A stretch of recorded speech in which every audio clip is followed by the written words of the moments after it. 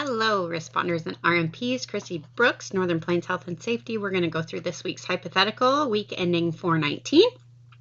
We are dealing with flammable solids this week.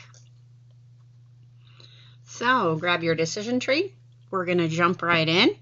If my internet ever decides to respond, there it is.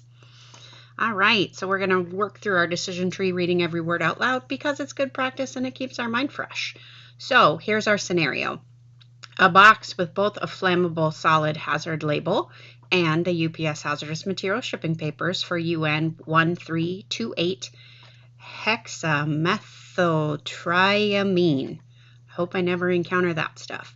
4.1 packing group 3 is broken open in a trailer. There's a small amount of particles on the floor that appear to be coming from this box.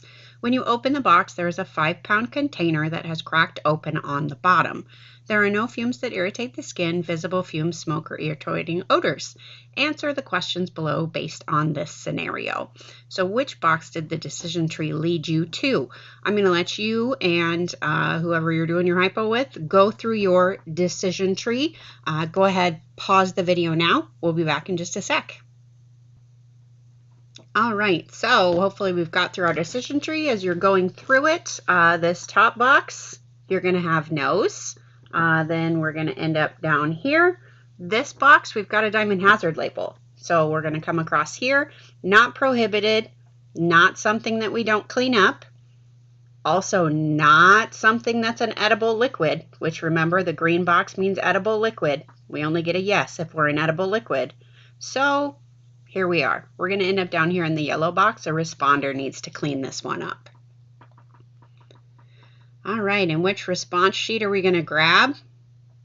Flammable solids. There it is, right there. That's an easy one. Now, what does our response or containment sheet tell us to do specifically for this damage?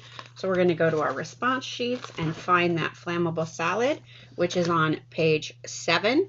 I'm going to give you guys a second, so pause the video again, read through the response sheet, and we'll be right back. All right, so as we're going through our response sheet, it looks like we need to wear goggles, boots, apron, and gloves for this one. And this is a solid material. So number 3 on our response action step tells us, clean up all solids build material. No absorbent is required for solids. So there it is, right there. We're not going to have to test pH on this one because it's not a liquid.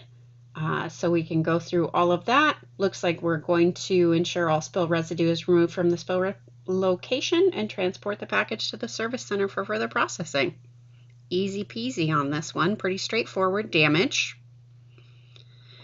All right, can you get into that MFA page with your RACF and token? Hopefully you're doing a yes. If you're getting this one right here, if you're getting the access denied error, reach out to that health and safety supervisor.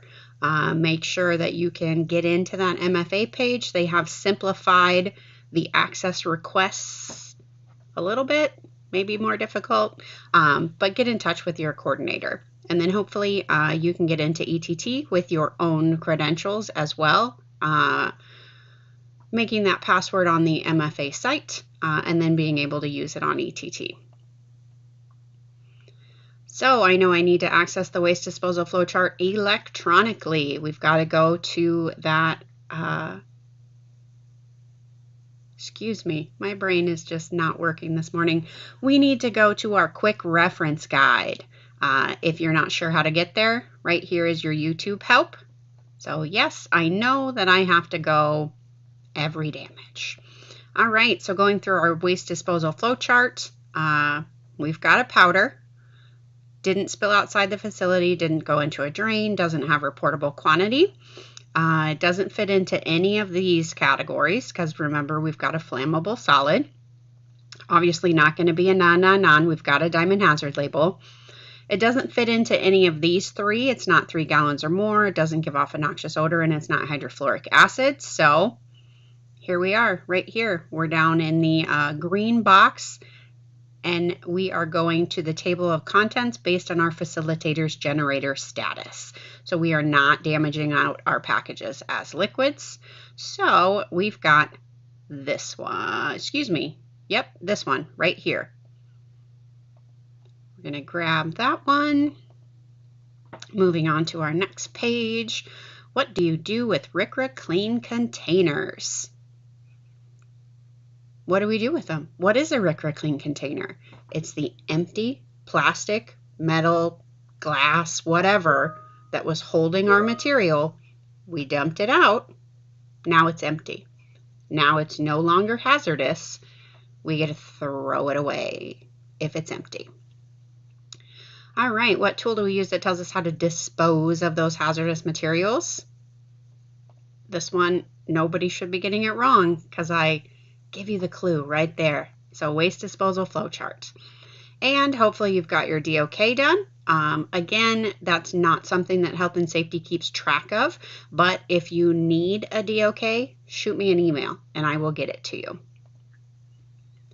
All right, and here we are on our last page. Make sure that you're filling out division operation, all of these drop downs. Again, if you are not on this drop down list, get in touch with your health and safety supervisor because there is an issue with your profile. So if you are not on these drop downs, get in touch with your health and safety supervisor or your transportation compliance supervisor. They are all listed right here, so find which one of these categories you fit into and then email those folks to get your access going. Once you are complete, you have to click this brown button to get credit.